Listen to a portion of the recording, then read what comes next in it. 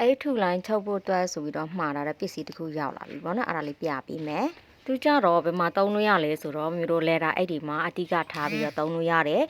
နောက်တစ်ခုကြတော့မျိုးတို့ပွဲတဲ့အိတ်လေးတွေပေါ့နော်ပွဲတဲ့အိတ်လေးတွေမှာအဓိကထားပြီးတော့ဒါတွေကိုသုံးလို့ရတာပေါ့ဆိုတော့အစိုးပြားနဲ့တူတလားဆိုတော့အစိုးပြားနဲ့တော့ပုံထွက်မတူပါဘူးเนาะစိုးပြားကြတော့ဘလို့ပဲချိုးဘလို့ပဲလှုပ်သူကဟိုကျိုး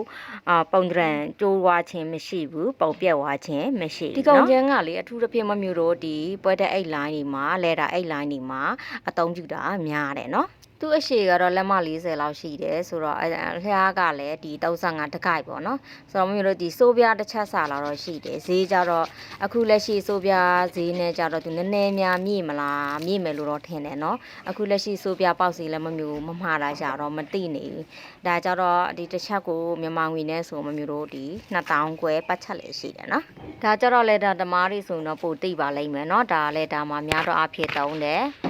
ဒီမှာကလည်းလက်ရှုပ်နေတယ်သူကဘိုင်